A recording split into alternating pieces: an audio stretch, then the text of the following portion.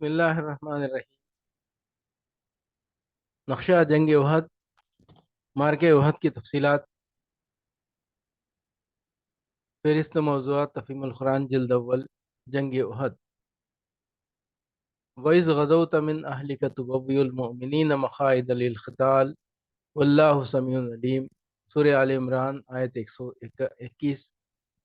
اے پیغمبر، مسلمانوں کے سامنے اس موقع کا ذکر کرو جب تم صبح سویرے اپنے گھر سے نکلے تھے اور احد کے میدان میں مسلمانوں کو جنگ کے لیے جا بجا مہمود کر رہے تھے۔ اللہ ساری باتیں سنتا ہے اور وہ نہایت باخبر ہے۔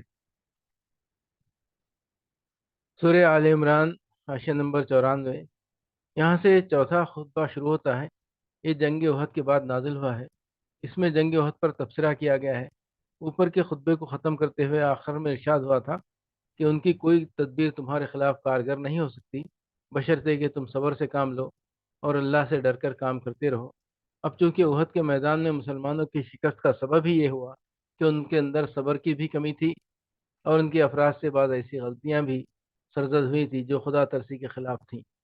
اس لیے یہ خطبہ جس میں انہیں ان کمزوریوں پر متنبہ کیا گیا ہے، مندرجہ بالا فقرے کے بعد ہی متصلاً درج کیا گیا۔ اس خطبے کا انداز بیان یہ ہے کہ جنگ احد کے سلسلے میں جتنے اہم واقعات پیش آئے تھے ان میں سے ایک ایک کو لے کر اس پر چند جچے تلے فقروں میں نہایت سبق آموز تبصرہ کیا گیا ہے۔ اس کو سمجھنے کے لیے اس کے واقعاتی پس منظر کو نگاہ میں رکھنا ضروری ہے۔ شوال سن 3 ہجری کی ابتدا میں کفار قریش تقریباً 3000 کا لشکر لے کر میدان مدینے پر حملہ آور ہوئے۔ تعداد کی کثرت کے علاوہ ان کے پاس ساز و سامان بھی مسلمانوں کی بنسبت بہت زیادہ تھا، اور پھر وہ جنگ بدر کے انتخاب کا شدید جوش بھی رکھتے تھے۔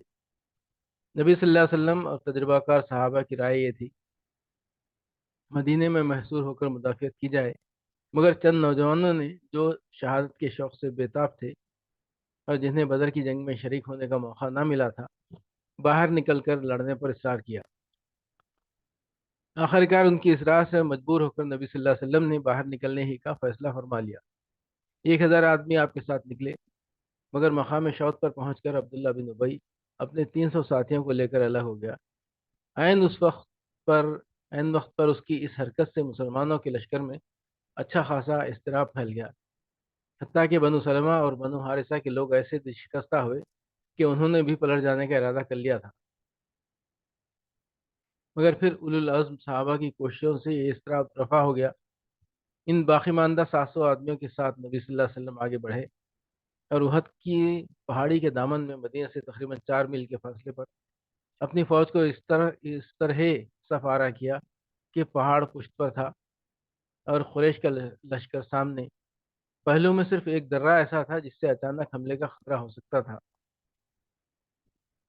وہاں آپ نے عبداللہ بن جبیر کی زیر قیادت 50 تیر انداز بٹھا دیا اور اس کو تاکید کر دی کہ کسی کو ہمارے قریب نہ پھٹکنے دینا، کسی حال میں یہاں سے نہ ہٹنا۔ اگر تم دیکھو کہ ہماری بوٹیاں پرندے نوچے لیے جاتے ہیں تب بھی تم اس جگہ سے نہ ٹلنا۔ اس کے بعد جنگ شروع ہوئی۔ ابتداً مسلمانوں کا پلہ بھاری رہا، یہاں تک کہ مقابل کی فوج میں ابتری پھیل گئی، لیکن اس ابتدائی کامیابی کو کامل فتح کی حد تک پہنچانے کے بجائے مسلمان مال غنیمت کی طمع سے مغلوب ہو گئے اور انہوں نے دشمن کے لشکر کو لوٹنا شروع کر دیا۔ ادھر جن تیر اندازوں کو نبی صلی اللہ علیہ وسلم نے عقب کی حفاظت کے لیے بٹھایا تھا، انہوں نے جو دیکھا کہ دشمن بھاگ نکلا ہے اور غنیمت لٹ رہی ہے تو وہ بھی اپنی جگہ چھوڑ کر غنیمت کی طرف لپکے۔ حضرت عبداللہ بن جبیر نے ان کو نبی صلی اللہ علیہ وسلم کا تاکیدی حکم یاد دلا کر بہترا روکا، مگر چند آدمیوں کے سوا کوئی نہ ٹھہرا۔ اس موقع سے خالد بن ولید نے جو اس وقت لشکر کفار کے رسالے کی کمان کر رہے تھے بروقت فائدہ اٹھایا اور پہاڑی کا چکر کاٹ کر پہلو کے درے سے حملہ کر دیا۔ عبداللہ بن جبیر نے جن کے ساتھ صرف چند آدمی رہ گئے تھے اس حملے کو روکنا چاہا، مگر مدافعت نہ کر سکے اور یہ سیلاب ایک مسلمانوں پر ٹوٹ پڑا۔ دوسری طرف جو دشمن بھاگ گئے تھے وہ بھی پلٹ کر حملہ آور ہو گئے۔ اس طرح یہ لڑائی کا پانسہ ایک دم پلٹ گیا اور مسلمان اس غیر متوقع صورتحال سے اس قدر سراسیمہ ہوئے کہ ان کا ایک بڑا حصہ پراگندہ ہو کر بھاگ نکلا۔ تاہم چند بہادر سپاہی ابھی تک میدان میں ڈٹے ہوئے تھے۔ اتنے میں کہیں سے یہ افواہ اڑ گئی کہ نبی صلی اللہ علیہ وسلم شہید ہو گئے۔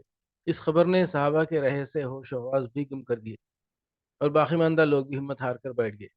اس وقت نبی صلی اللہ علیہ وسلم کے گرد و پیش صرف 10-12 جانصار رہ گئے تھے اور آپ خود زخمی ہو چکے تھے۔